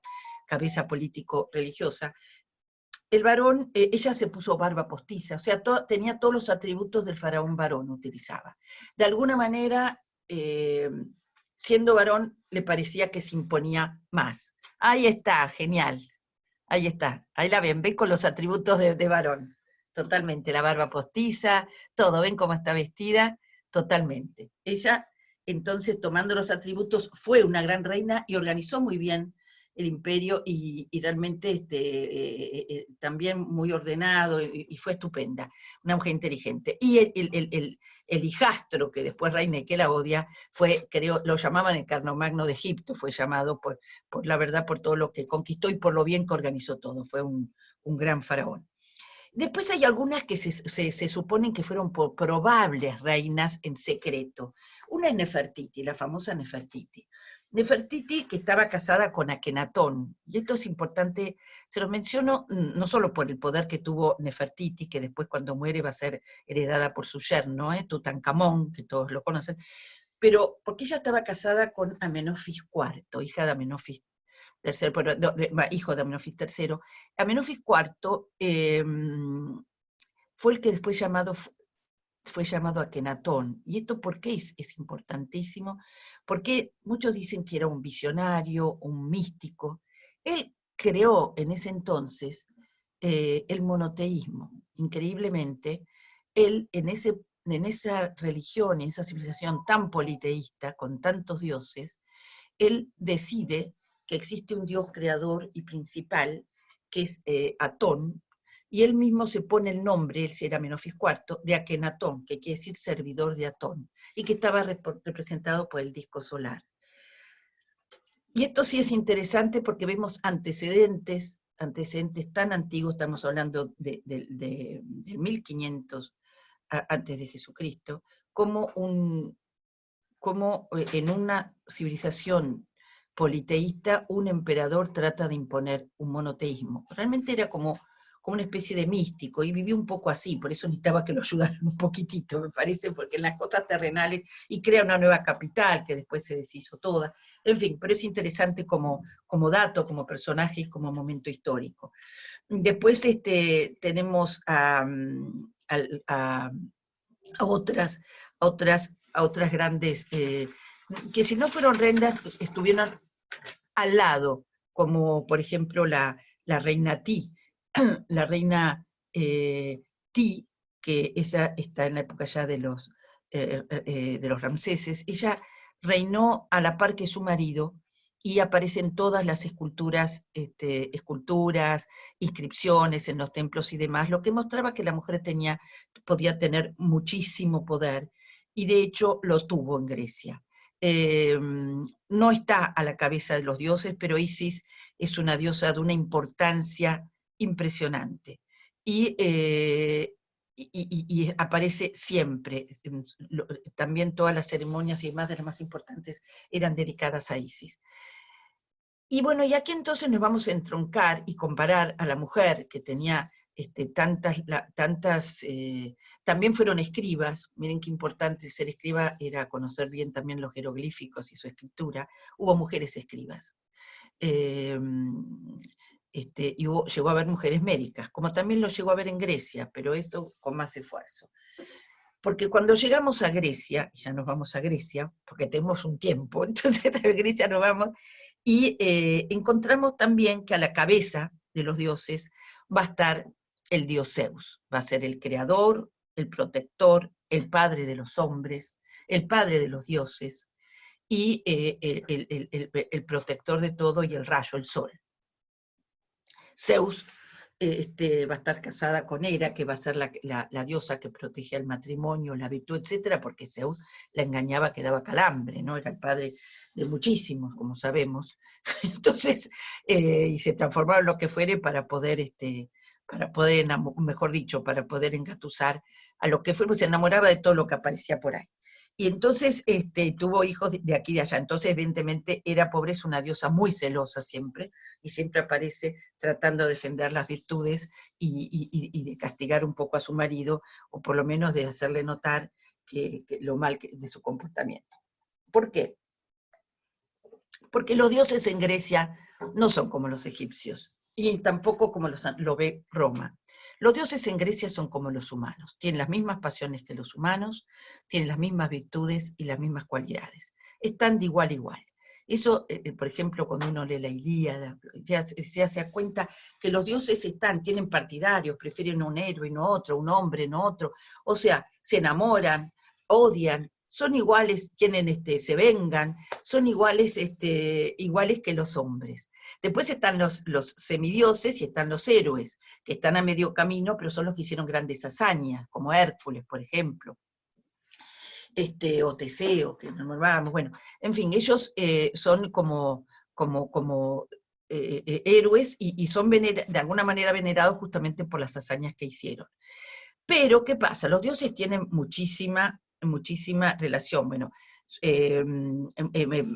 con los hombres, y están muy vinculados a ellos.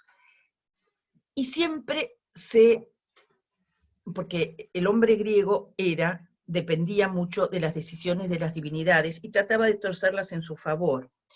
Entonces, aquí aparecen, y por eso quiero que ahora las sacerdotisas tenían poder, no así en Grecia tanto la mujer.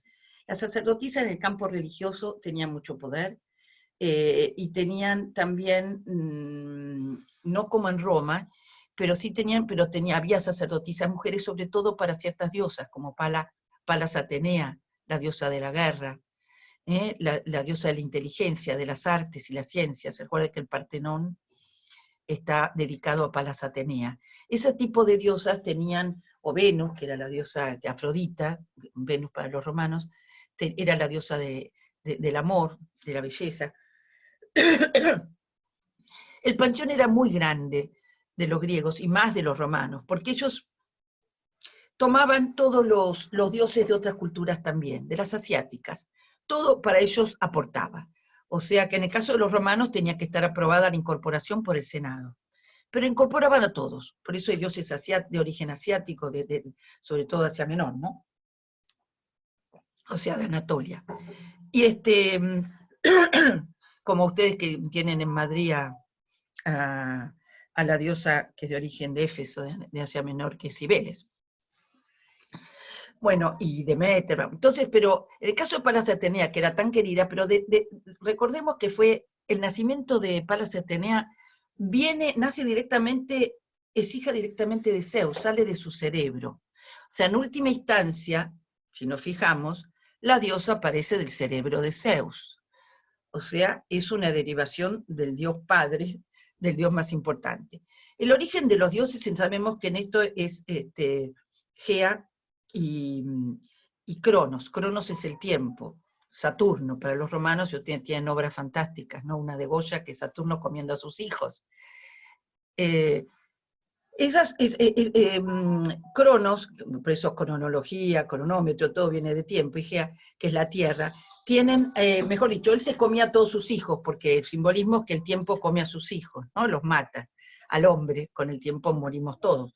Pero entonces su madre quiso salvarlo, y se lo lleva a Creta, nada menos que a Creta, para salvarlo, y en un monte el monte Ida, en vez de darle a su hijo recién nacido, que va a ser Zeus, le da una piedra envuelta.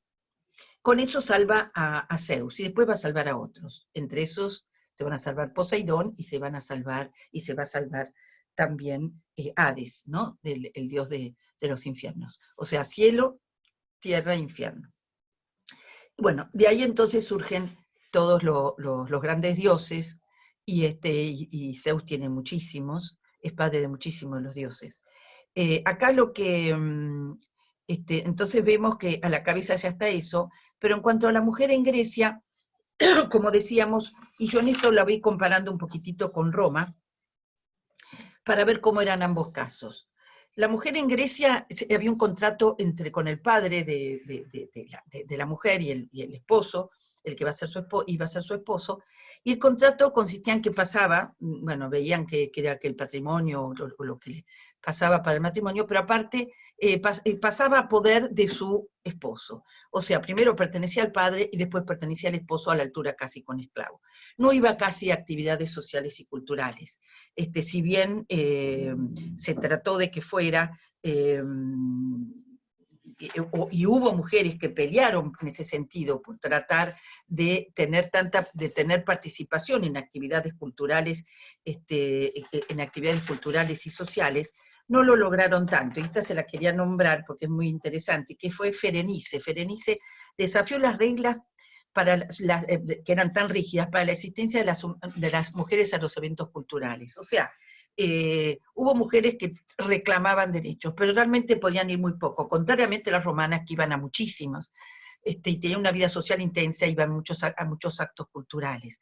La educación era muy distinta. En Grecia la mujer le educaba a la madre, sobre todo para el hogar y la crianza de los hijos. En cambio, en Roma, hasta los 12 años podían ir a escuelas y recibían la misma educación que los varones, hasta los 12 años inclusive, recibían la misma educación. Y después sí, eran educados también para la casa, eran educados también para la crianza, y aprendían también labores, pero en el caso de las mujeres, como en Roma, sí podían heredar, y sí, cuando era el padre libre y nacían libres, se llamaban non ciudadanas, porque ellas aspiraban a ser ciudadanas de Roma. Entonces eran non ciudadanas, y ellas tenían su patrimonio, su herencia, y podían darlas directamente a sus hijas si querían. O sea que seguían disponiendo. Y en Roma mantenían el nombre, sobre todo ya en toda la época de apogeo y posterior, mantenían el nombre de su padre, o sea, el familiar. Y en ese caso, o sea, nunca lo perdían, y quedaban, digamos, digamos, bajo la patria potestad en algún punto que era nominal del padre, no del esposo. Por eso podían disponer en ese sentido de todo. Y porque el padre quedaba nominalmente, o un tutor, pero no se metía mucho, o sea que ellas disponían de sus riquezas. Cuando eran ricas las romanas, tenían esclavos, o esclavas, que se hacían cargo de las labores de la casa, incluso de la crianza de los hijos. No hacían prácticamente nada. Las que no eran ricas sí se tenían que hacer cargo, y también podían cumplir otras funciones de producción, como trabajar en el campo, hilar, coser, tejer, lavar, etc., para afuera. No tanto como las egipcias, pero sí podían ser, digamos, hacer otro tipo de labores productivas. Yo quiero mencionar de todas maneras para que en Grecia veamos que hubo mujeres muy importantes y que fueron consideradas como tales, que a lo mejor y fueron respetadas. Que fue Feano. Feano era la mujer de Pitágoras. Fue una matemática tan importante como Pitágoras. Se dice que toda la teoría de Pitágoras y demás la elaboraron juntos. Y después la primera médica griega es Agnóside. O sea que la primera, y no fue la única, hubo bastantes médicas. Y otra notable matemática fue Hipatia.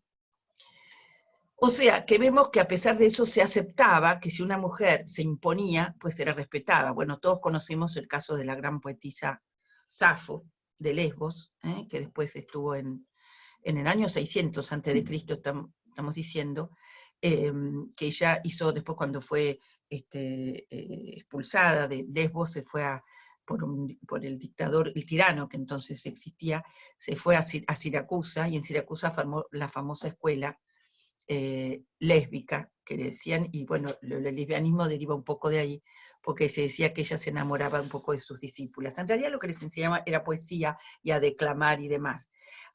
Se conservó un 10% de su obra, y fue una de las, y lo dijo el mismo Platón, una de los principales poetas de la Grecia antigua, como decía Platón.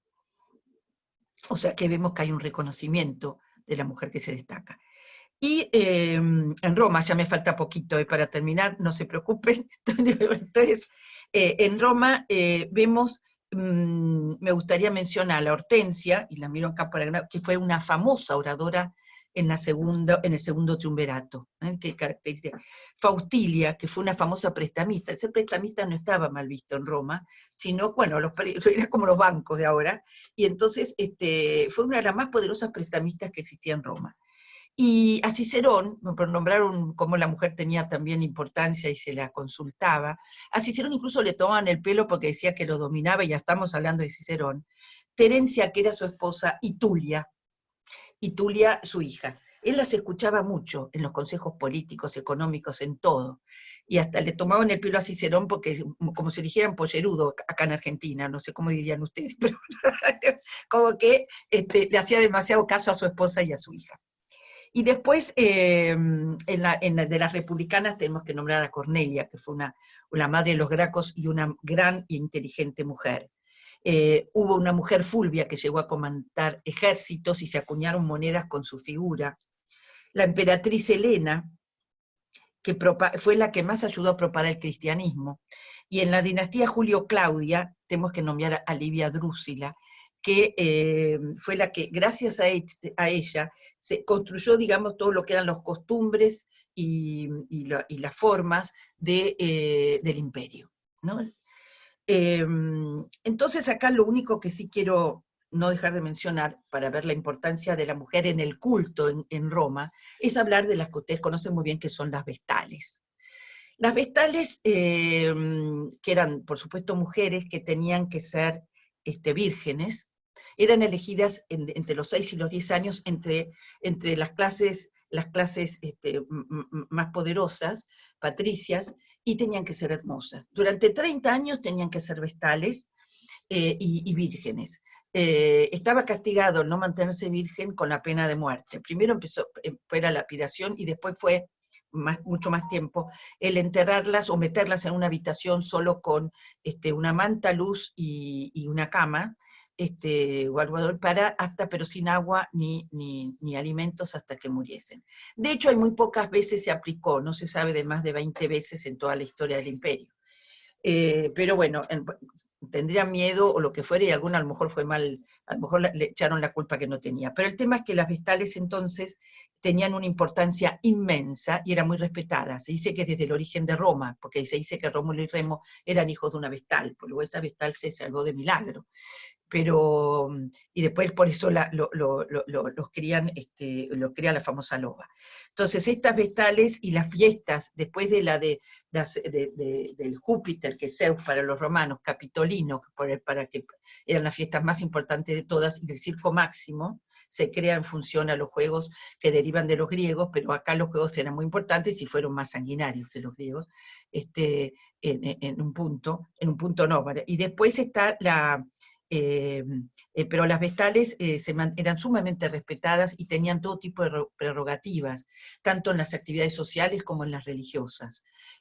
Incluso no tenían que pagar después en su vida impuestos ni nada, y tenían muchas remuneraciones incluso económicas. O sea que la vestal era respetada en todo sentido, y ellas tenían que mantener durante el fuego sagrado.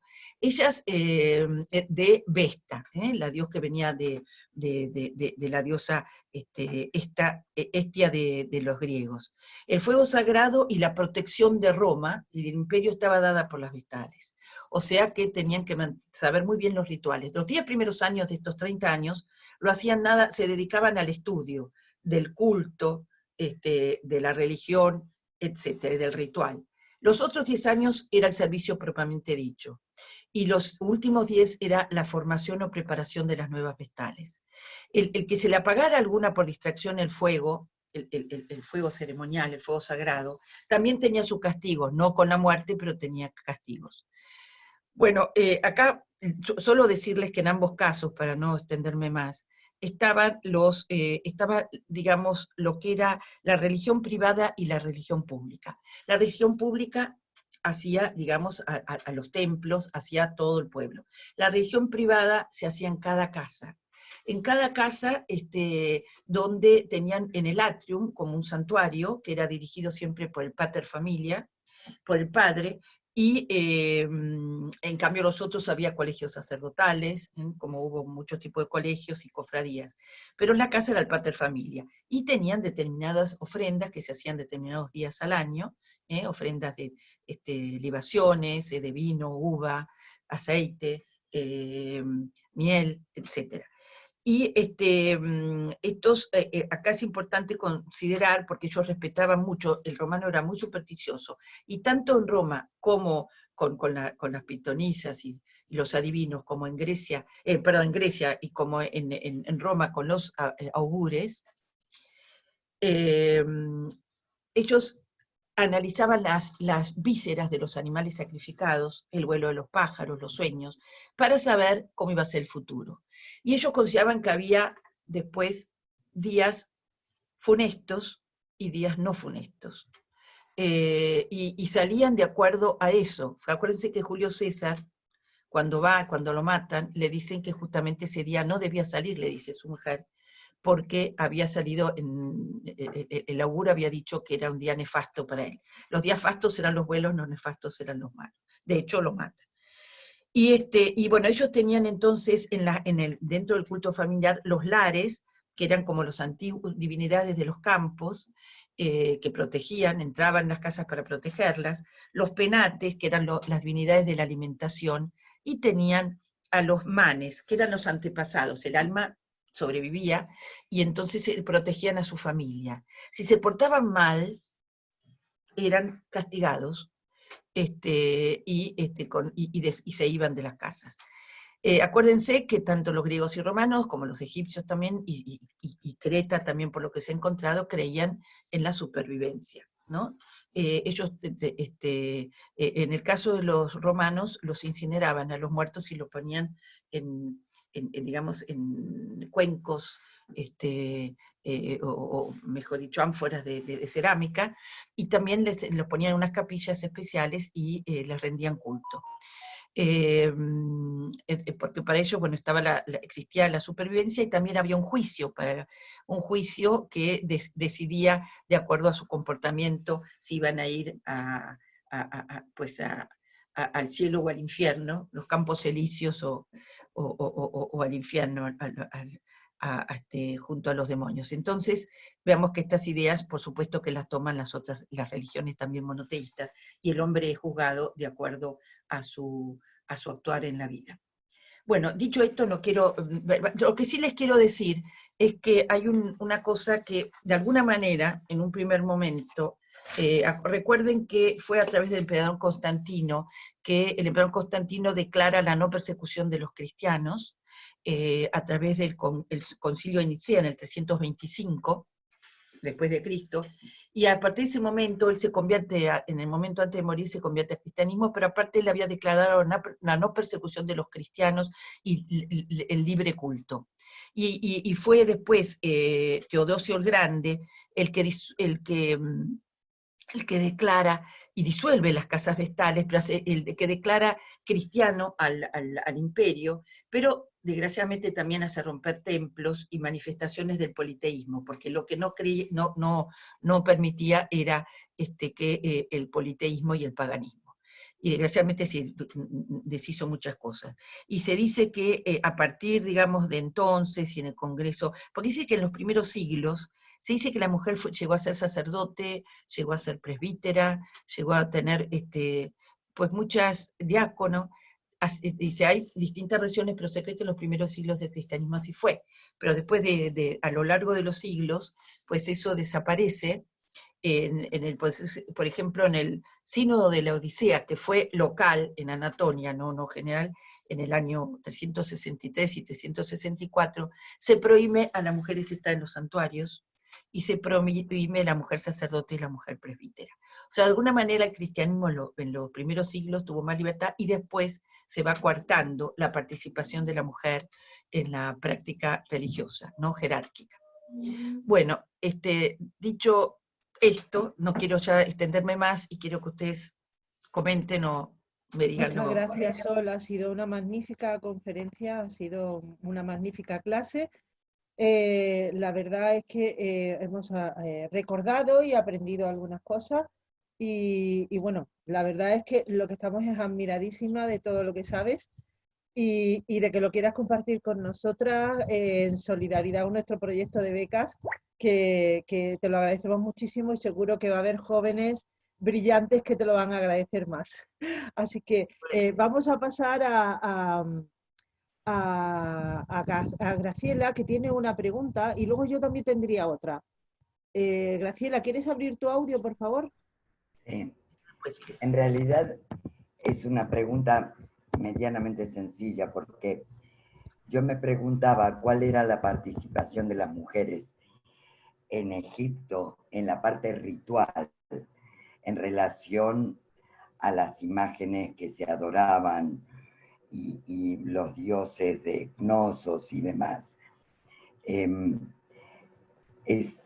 Luego, qué pasaba en Grecia, porque la mujer no tenía acceso a las zonas públicas. Entonces, la pregunta es, que aparte de la actividad en la familia, en la casa, tenía acceso, había posibilidad de acceder, digamos, a Palas Atenea o algo? Mira, justamente sí, ¿por qué? Porque en realidad las sacerdotisas, generalmente de diosas, eran mujeres y vivían en el templo, tenían una parte de vivienda. Si bien más que nada no participaban de lo social y cultural, ni de la política, las mujeres en Grecia, en Roma, nunca votaron y no podían tener cargos públicos. Sí lo pudieron llegar alguna vez a tener en Egipto, en una época, la de los faraones, y en Egipto antiguo sobre todo tuvieron hasta jerárquicamente puestos importantes en el gobierno. Pero en Grecia y Roma no tenían poder político, pero sí en lo religioso. O sea, eran las encargadas en ese caso, dentro de los templos, cuando, por ejemplo, en el caso de Palas Atenea, de hacer las ofrendas e incluso los sacrificios. Podían ser ellas, incluso los sacrificios humanos, de los animales. O sea, estaban capacitadas para eso. En lo religioso a las sacerdotisas se les dio una autoridad. Siempre, después en Grecia y Roma, está el sobre todo en Roma, el sumo pontífice, que es el que dirige y elige a todos, ¿no? Pero es el principal, detecta todo el poder. En la antigüedad detectaba el poder público y religioso, pero digamos en Grecia y Roma no, el religioso. Pero digamos, la sacerdotisa estaba en condiciones de hacer los sacrificios, porque en lo religioso sí tuvieron participación. Por eso decía yo que a veces no se condice totalmente, digamos, la posición que tiene la sociedad, si bien está vinculada, y algunas cosas, el poder en lo religioso lo viene de antes, y lo mantiene quizás por ese culto de la fertilidad y ese culto de la fecundidad que le viene de los antepasados. Entonces, en ciertas cosas, en lo religioso se mantuvo la sacerdotisa, más en Roma que en Grecia, y en eso hay disparidad de opinión, porque dicen algunos que en Grecia en realidad tuvo más independencia de la que dicen. Por eso hay como un antagonismo. La mujer le permitimos ser sacerdotisa, pero no permitimos ser ciudadana, o no le permitimos ser Helena, o tener poder público, o tener un cargo, o disponer de su herencia, como pasaba en Grecia, aunque ahí dicen algunos historiadores, algunos dicen que sí lo tuvo, pero la mayoría dicen que no, y disponer de su patrimonio porque pertenecía al esposo, pero como mujer religiosa no. Por ejemplo, también eran muy libres, es muy gracioso, las prostitutas. Las prostitutas, tanto en Grecia como en Roma, eran concubinas o prostitutas, y por ejemplo en Grecia existían las héteras. Las héteras eran unas mujeres de nivel, prostitutas, pero que ellas tenían una cultura y una educación, y además se las exigía así, como pasó en Venecia tantos siglos después, se exigía que tuvieran una cultura muy, muy detallada, muy sofisticada, y estaban más preparadas que cualquier mujer de la alta aristocracia. Eran muy respetadas, y ellas podían tener su patrimonio y podían disponer de todo. Es muy gracioso. Entonces vemos por un lado las prostitutas y por otro lado las religiosas. Son las que más independencia tenían. O sea que la mujer, si estaba asignada, por ejemplo, a Palas Atenea, o Afrodita, el templo de Afrodita, eran también sacerdotisas, y en ese campo podían hacer sacrificios, pero después a lo mejor en el campo público, nada, o en el campo civil tampoco nada, porque no podían, eran como esclavas. Pero ahí está, acordemos que eran muy pocas fueron las casadas, sino que generalmente eran solteras las sacerdotisas, por lo cual su casa era el templo, y la dedicación a esa diosa, ¿no? No sé si con eso queda más o menos aclarado. Sí, Gracias. gracias, Sol. De nada. Esa era una de las preguntas que yo tenía, pero que se ve que hay esa dicotomía, pero que no hay una explicación. Porque la mujer, si se la considera diosa, se la considera venerada, pero luego en la realidad no está al mismo nivel de poder o de acceso a puestos de poder que el hombre, ¿no? En realidad yo también te quería preguntar, en aquellas sociedades matriarcales de las que hablaste al principio, que eran prehistóricas, ¿cómo se traslada la matriarcalidad esta a la religión? Si realmente se conocen, porque no debe haber muchos datos. No, bueno, tú dices, ¿hablas de las actuales o de las antiguas? De las antiguas. Ah, bien. De las antiguas se consideraba que era, digamos, las más antiguas, acuérdense que las comunidades se mezclaban entre ellos, los hijos eran de todos, existía la poligamia. Recién con la agricultura aparece ya la monogamia. Ya cuando era. Entonces, porque los hombres en el fondo no sabían quién eran sus hijos tampoco, pero toda la comunidad concurría y todos estaban con todos. Era un poco así, por lo cual no hay tanta división en ese sentido de lo que es la familia, sino que había un poder de la mujer, porque era la que organizaba la comunidad que se quedaba, pero toda la comunidad. Algunas impondría por su mismo valor.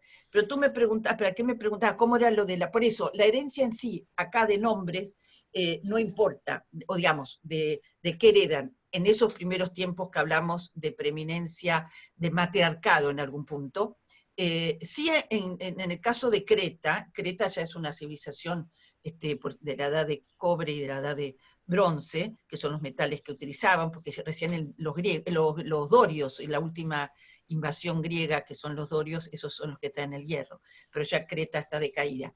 En el fondo se considera, no se sabe tanto de las más antiguas, pero se cree que era matrilineal. ¿Por qué? Porque se tenía la seguridad. ¿Por qué digo matrilineal? Casi todas las que se llaman matriarcados en el fondo son matrilineales.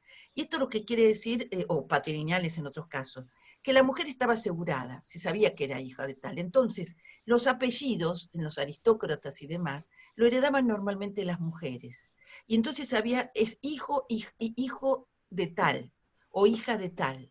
Entonces se mantenía la línea del matrilineado, cosa que daba poder también a la mujer, porque se decía, pertenece a la familia Julia, y era por la madre, porque esa la tenían asegurada, el padre no se sabía en el fondo. Acuérdense que los romanos generalmente buscaban de la familia, pero no eran elegidos, no necesariamente era el hijo uno de otro. En el caso de los egipcios sí, pero no en el caso de los romanos. Y bueno, Grecia tuvo otros sistemas políticos, ¿no? En la polis y demás. Pero por eso lo matrilineal se utilizó ya cuando las sociedades son agrícolas, que ya están asentadas, porque mientras son nómades son totalmente polígamas. Y sí, y lo mismo que pasa con los que subsistieron, aunque no hay que comparar gente que todavía en algún punto está en una especie de edad de piedra, con todo el respeto, no tiene nada que ver, pero lo actual no es exactamente, no podemos traspolar lo actual con eso. Tiene mucho, pero no necesariamente lo tenemos que traspolar. Pero ahí es matrilineal, en todas estas sociedades en que prima la mujer, lo que importa es la herencia por la mujer. Bueno, Roma misma hacían testamentos, pero ahora mismo estas sociedades, si las comparamos, lo que importa es de quién son hijos, de qué madre son hijos. Nadie pregunta de qué padre, sino de qué madre. Y todo se va heredando a partir de la madre. Y yo perdona Sol, yo lo que pregunto es si sabes, si en la cuestión política y en la cuestión religiosa sobre todo, eso tenía una traslación. O sea, la mujer era importante en esos ámbitos. En los rituales, mira, de las épocas que hablamos más antiguas, con las estatuillas, estatipigias y demás, que estamos hablando de esas primitivas, no se sabe. Lo que se sabe es que la deidad era casi todas femeninas, pero no se conoce realmente cómo eran exactamente los rituales, desgraciadamente. Porque mismo en lo que hay en pinturas rupestres, tampoco nos muestran, se sabe que había el creer en cierta trascendencia.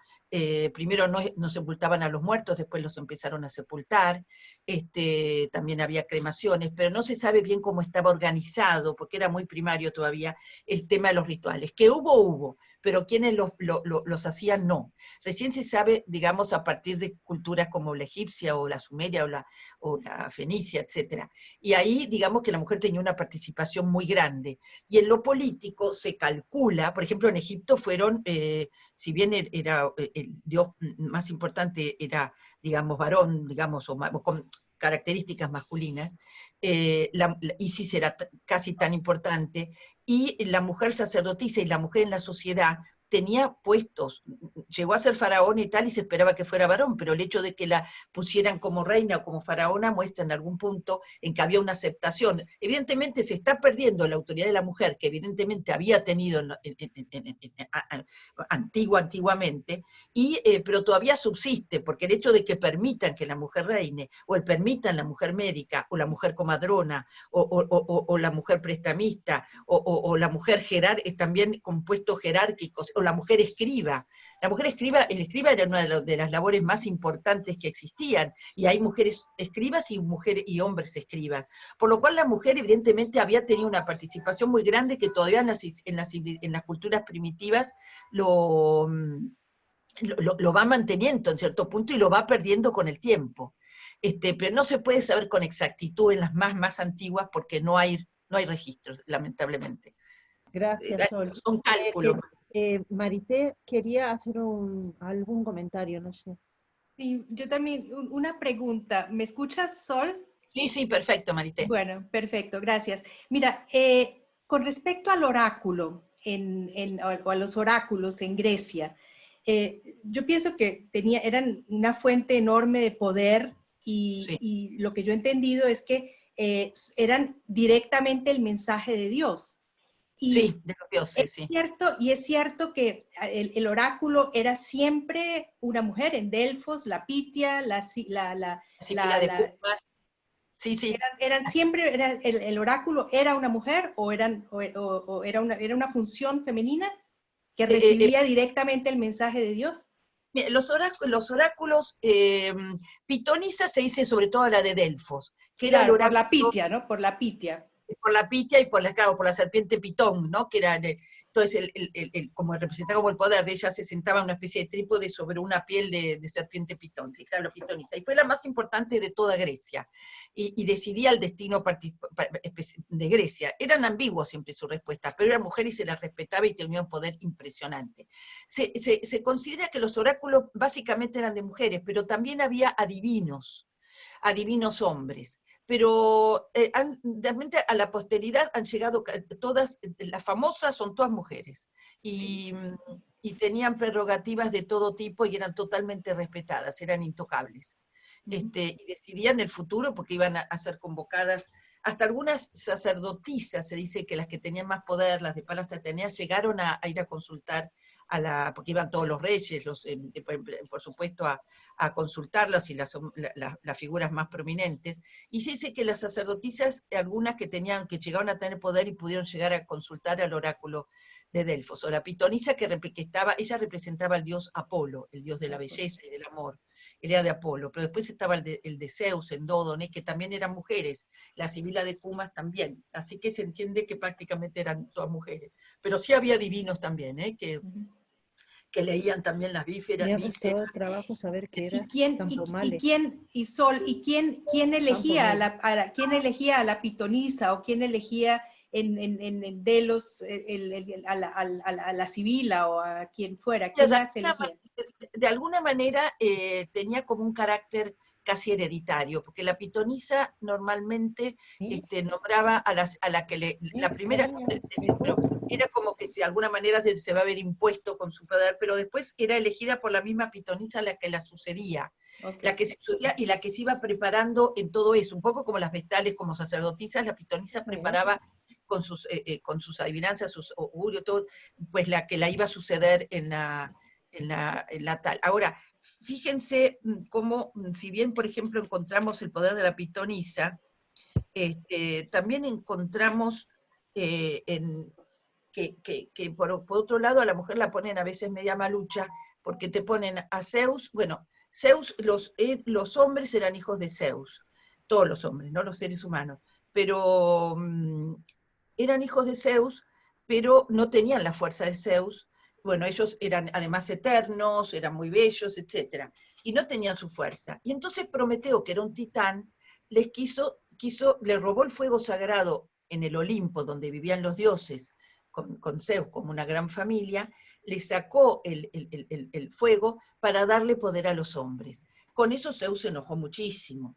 y entonces a Prometeo, lo pobre, lo ató a una piedra y lo dejó para siempre, que le arrancaran todas las vísceras durante todo el día, y después, pero seguía viviendo, después se rehacía y al día siguiente empezaba igual, así que el pobre Prometeo seguía ahí atado a la piedra.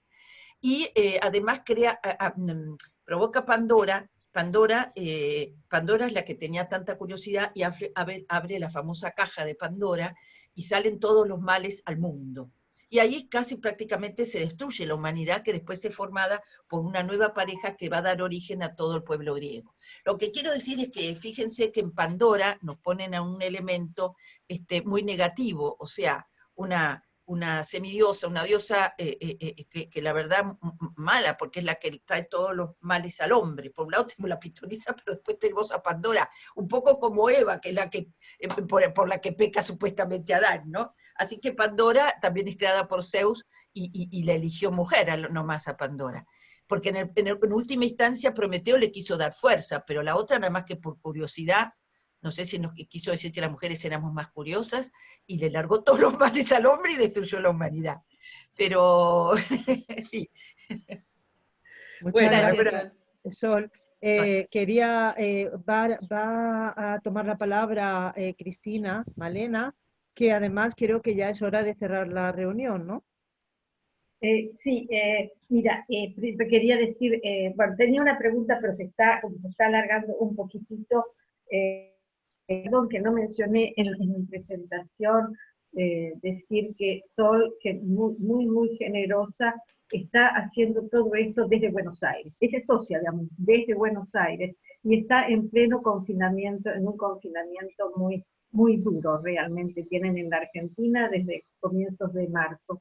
Así que es un agradecimiento muy especial hacia Sol, que hay que aplaudirla realmente. Es el agradecimiento mío. Con este confinamiento, feliz de verla. Y antes de terminar, Rosa Seño creo que tenía una pregunta. Sí, hola, ¿qué tal? ¿Se me oye? Hola, Rosa. Sí, Rosa. Nada, es que yo hice un viaje fascinante por Malta. Entonces me preguntaba en los hipogeos y en la isla de Gozo, que está Gantija, en este tipo de construcciones que son muy antiguas, si había algún rastro de la mujer. Se considera que en Malta se encontró alguna estatuilla de esas de tipo europeo también. Es muy interesante Malta, sí, yo estuvimos nosotros hace años, muy bonita, porque también pues, tiene mucho de la prehistoria y muy vinculado a la cultura micénica, y todas esas, todo eso en piedra que encontraste también, acordate Micenas y por ejemplo la Puerta de los Leones y demás, y se considera que, digamos, también pertenece a la prehistoria, y también alguna estatuilla estatipigia se encontró en Malta. Después está también todas las culturas, ¿cómo? Bueno, Pablo por eso es posterior, pero ese es mi marido que me está opinando. El apuntador. El apuntador del viaje. Pero Malta es fascinante, sí, con toda la historia que tiene. Acordate que también estuvieron hasta tiene ese árabe antiguo, anterior al árabe actual en lengua, tuvieron mucho los fenicios, también tiene mucha influencia semítica, ¿no?, en sus orígenes, pero sí se la vincula también con la cultura micénica, en un punto. También de toda esa zona del Mediterráneo, que todas las civilizaciones geas o prehelénicas, muy antiguas. La próxima vez vamos a hablar sobre el judaísmo, ¿cierto, Sol? La próxima vamos a hablar de judaísmo. Es muy interesante las mujeres en el judaísmo, tanto en la antigüedad, las grandes mujeres de la Biblia, y vamos a ver también la lucha de las mujeres, las hay rabinas hoy en día, están también todos los grupos más ortodoxos, los menos ortodoxos. Va a ser fascinante, va a ser fascinante. Vamos a intentar el próximo día conectarnos a las 6:20, así empezamos a las 6:30 en punto, si es posible, ¿vale? Perfecto. Muchas gracias. Muchas gracias a todas. Gracias a todas. Gracias. Adiós, buenas tardes. Gracias.